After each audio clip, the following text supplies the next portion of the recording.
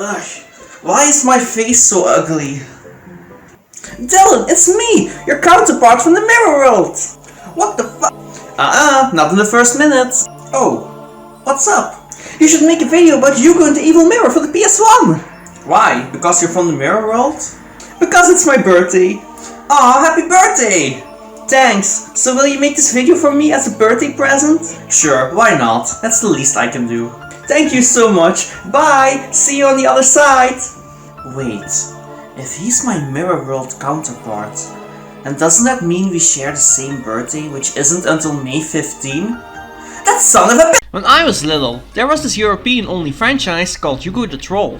Hugo has various different games spanning across multiple consoles, such as the PlayStation 1 and 2, the Game Boy Advance, and even the Nintendo Wii. The only Hugo games I ever played are the PS1 version of Evil Mirror, Frog Fighter, and Hugo Buckazoom for the PS2. Spoiler alert, but Frog Fighter and Buckazoom are both terrible games, and the only reason I own these games is because I love Hugo and the Evil Mirror a lot, which was my first Hugo game. Evil Mirror is a very special Hugo game though, as this is the first and I believe the only Hugo game that was released in North America, despite the rest of this entire franchise being European exclusive. I have a lot of fond memories playing this game as a kid, and in this video I'm going to find out if this game still holds up well. With that said, let's put up the game, shall we?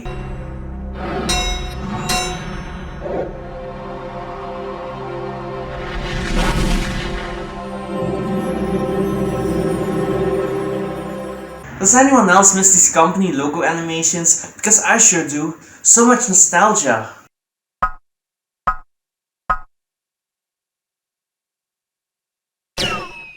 Hey! Stop knocking at my 4K OLED TV screen! Hugo-net.com? I actually remember looking up this website at one point. It was kinda nice.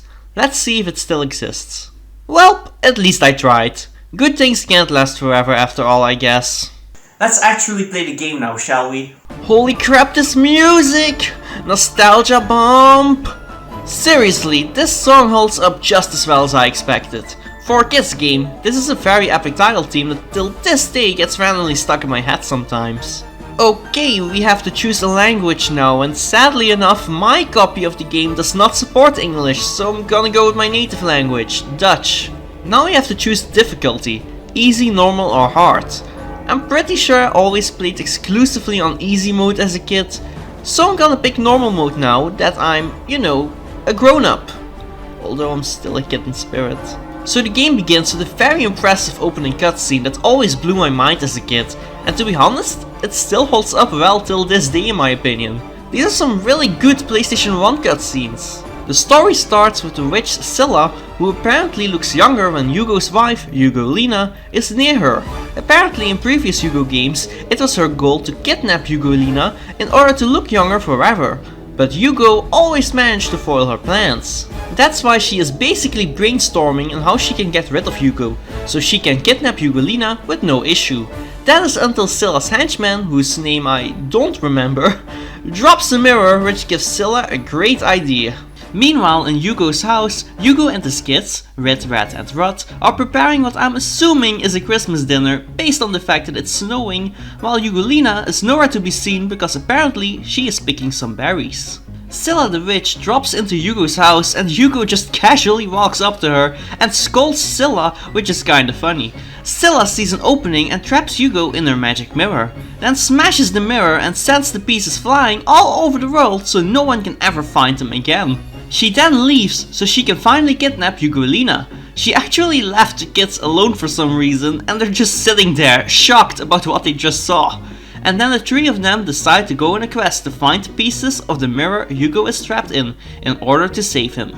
And then the game brings us to the level select screen. And I love this. This is probably one of the most genius level select screens ever made for young kids that can't read or can't read very well. Basically, every kid has one level, so you just pick a kid whose level you want to play. It's very easy to tell which kid you're selecting at the moment because whichever one you're hovering over is waving at the player, which I always thought was very cute and welcoming. As you may have noticed, Rit, Rat and Rot are sitting around the empty mirror frame. After completing a level, you get a piece of the mirror and each piece is a new level you can select inside the mirror frame. In these mirror levels, you play as Hugo, who is trying to survive and escape the mirror world he's trapped in. But I'll talk more about that later. And yes, this means that the game only has 6 levels. So yeah, this is a very short game. But honestly, I really enjoy replaying this game in one sitting every once in a while. It took me only about an hour, maybe an hour and a half to beat the game this time around. However, I think it's time to talk about each and every single level in the order that I played them in this particular playthrough. First up is Ritz Level, and this is also right away my favorite level in the entire game. I always called this level the Nutella Factory, because let's face it, that's literally what it is. Also, there's a furry mafia here. It's their factory. Oh god, the music again! I love this song so much. This is never going to happen, but I would give anything to hear an orchestral version of this song someday. I also love how cozy this level is. You start out in the snow, but then quickly go inside the factory, and you can just feel the warmth of the cozy factory immediately, despite the fact that there are squirrel mafia people trying to kill you everywhere, of course. Controlling Ritz is very simple. You have a double jump, and just like Crash Bandicoot, you have a spin attack. You can also spin around these cogwheels to open up doors or make stairs appear, etc. Which is a thing that every character in the game can do, except for Rat. After platforming your way through this pretty long level, lasting about 20 minutes or so, you find yourself at the office of the Mafia's leader. This is a boss battle, and right away, this is the toughest boss in the game in my opinion. You have to spin all 4 cogwheels, which are spread around the corners of the room, in order to make the chandelier fall on the boss's head, while avoiding the many bullets he shoots at you. Yeah, this took me way more tries than I'd like to admit. Also, the controls in this game are a lot stiffer than I remember. After defeating him, Rit claims the mirror piece, which the Mafia found and mistook for a valuable treasure, and leaves for home. This actually means that we can now play the first Mirror World level where we play as Hugo himself. As a kid, I always first played the Rit, Rat and Rot stages before attempting any of the mirror stages, which I will then binge play. However, for this playthrough, in order to give myself some variety, I decided to play the mirror levels as soon as I unlocked one before moving on to the next major level. Here we are at the first Hugo level. The controls for Hugo are exactly the same as Rit's controls, and this first mirror level is a pretty standard platforming level, and it's not as ridiculously long as the previous level. But can we just admire how creepy the mirror world looks and how eerie the music is? I absolutely love this. I like my creepy levels in kids platformers. I also like how sometimes you have to break glass in order to make progress. I don't know, but this just feels very satisfying to do inside of a mirror world you're trapped in.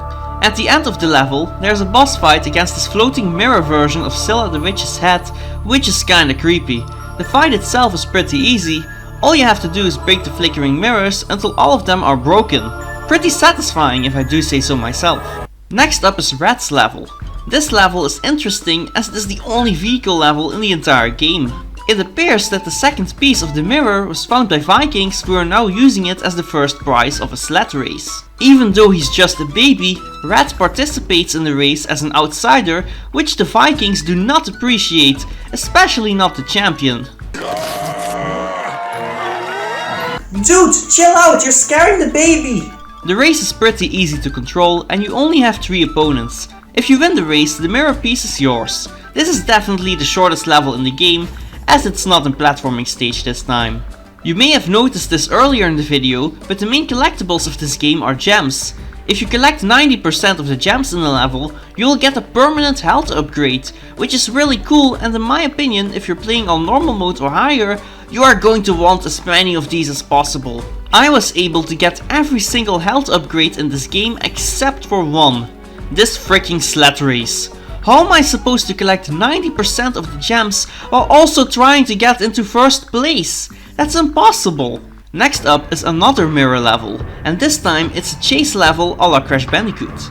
This was a fun and short level, but oh god, why is she chasing me and spitting on me too? Ugh. Next up is the last real world stage, Rot stage. The controls are mostly the same as in the other platforming stages, except for the fact that Rot does not have a double jump, However, he does have a snowball cannon that lets you shoot enemies from afar if you aim well enough. In this level, you are infiltrating a Roman beaver fortress. It seems that similar to the Mafia from Ritz Level, the Emperor of the Beavers has found the mirror piece and also sees it as some sort of treasure. The boss fight in this level is kinda bizarre. The Emperor is a huge coward and just runs away from you in circles. All you have to do is chase him until you hit him a couple of times while trying to avoid these birds that occasionally show up. Stay still so I can hit you! Third and final mirror piece acquired. The final level is very similar to the first mirror level in my opinion. It's just a bit more difficult. The boss fight at the end is also pretty similar, just a bit different. So, what happens now that we've completed all 6 levels? Well, you can select the entire mirror in order to fight the true final boss. The final boss is once again pretty simple. There's a bunch of mirrors circling around Hugo, and you have to break them all while avoiding the attacks of the crazy mirror bitch, I mean witch. And that's it! We beat the boss and now Hugo can escape the mirror. Hooray! Hugo leaves for Scylla's lair immediately, sneaks up on her, and this time she's the one getting trapped in the mirror, which Hugo also shatters in pieces. Hugo frees Hugolina and Christmas is saved. At least I'm assuming it's Christmas. The game never mentioned that or anything. Scylla's henchman, whose name I still can't remember, tries to puzzle her back together, although that's probably not going to happen anytime soon considering he sucks at puzzling. The end. Roll the credits! Actually, wait, can we talk about the fact that Hugo's wife is called Hugolina and that she looks almost exactly like Hugo but she's female? I've heard about self-love before, but this is taking it a bit too far if you ask me. Hey Mirror Dylan, I made the Hugo video like you asked. Hello?